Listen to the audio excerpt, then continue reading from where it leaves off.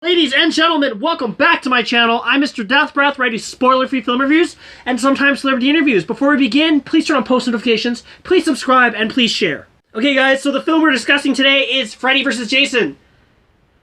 I know some of you may not know what this is about, so let me give you a synopsis.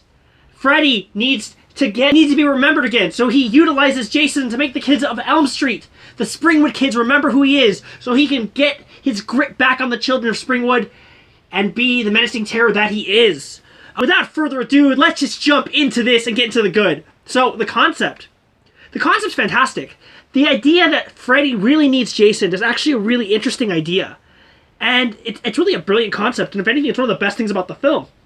Another thing, Robert Englund as Freddy does a phenomenal job. He delivers top-tier Freddy performances. Not quite goofy, not quite silly, just a solid performance. Yeah, there's a little bit of humor there, but it isn't a joke fest like Freddy's Dead. It's actually really straightforward. Monica Keena as the final girl, Laurie. She does a phenomenal job, very believable. You like her, you don't find her annoying. You don't feel frustrated by her. She does a phenomenal job. Jason Ritter, John Ritter's son, as Will. He does a serviceable job, and he doesn't hurt the film. He actually progresses it. Chris Marquette as Charlie. He's the lovable dork that seems like an all-around nice guy, and he does a phenomenal performance. Visually, this still holds up. It still holds up, even from the credit sequence, even the makeup. You usually start looking back at these films, you're like, oh, that looks kind of fake. Like, if you watch Predator and you see, you know, the Predator looking at his armor, you kind of think that kind of looks like plastic. Not any point throughout this film do you think, Jason's machete looks fake, or Freddy's makeup looks like makeup. It actually still looks fantastic. Another thing that's phenomenal about this film is the vibe. It's this epic feeling. You feel like you're witnessing a once-in-a-lifetime experience. From the beginning opening credits all the way to the closing credits, you feel like you're watching this battle of the gods, and that's what they did a good job at doing. Just creating this moment of, we are going to witness something that we are never going to witness again. And I was about 14 years old when I saw this movie in theaters, and it felt that way. And I started rewatching it again for this review, and it still feels that way. Okay, so, the bad. Ken Kirsinger. So Ken Kirsinger was Kane Hodder's stunt double and Jason Takes Manhattan.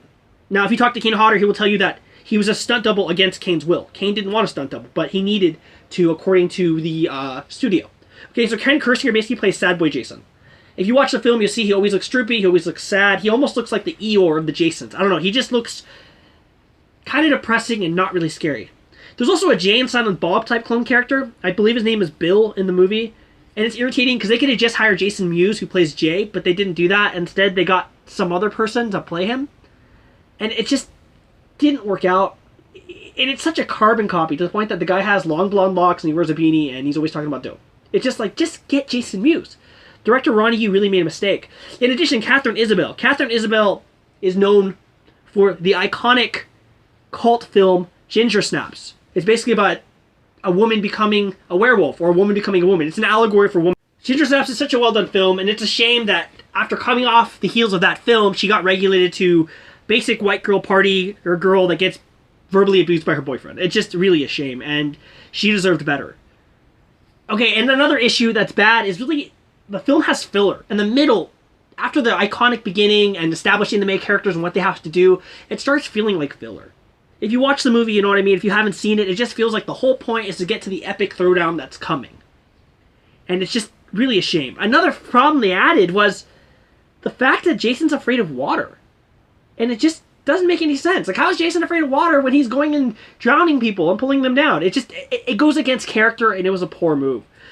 And my last problem with this film is the fact that Kane Hodder, the man who's played Jason since 1988 New Blood, all the way to Jason X, and recently, the Jason video game that was cross-platform for Xbox, PlayStation, Nintendo Switch. He played every Jason, and yet he didn't get his time to shine or get his due, which is just a shame. I heard that Ronnie Yu, the director, didn't want him involved, or I also heard that the studios didn't want him involved. It sounds like everyone's passing the buck, and basically poor Kane got screwed. I had the privilege of meeting him, and he's a very nice guy. So guys, we reached the point where we give this film a rating on a scale of 1 to 10. So on a scale of 1 to 10, what is Freddy vs. Jason? Freddy vs. Jason is an 8 out of 10. I know that I said so many negative things, but despite all these negative things, one, the ending 100% delivers. That battle between Sad Boy Jason and Freddy Krueger is phenomenal. It would have been better with Kane Hodder, but it's phenomenal. And really, honestly, it's due to the part that Robert Englund sells it so well. he's just so funny. I mean, there's even a line where he says, "Man the torpedoes," when he's hitting the end, chopping off the ends of oxygen tanks with his glove. He does such a good job. And despite the filler and the Jay and Silent Bob clone character, it's just really fun and holds up. And it deserves that 8 out of 10. It's actually really good, borderline great. And despite its flaws, it's just one of my favorites and still holds up. As always, guys, I hope you enjoyed this video. Thank you for your support. I appreciate all of you, and I'll see you soon.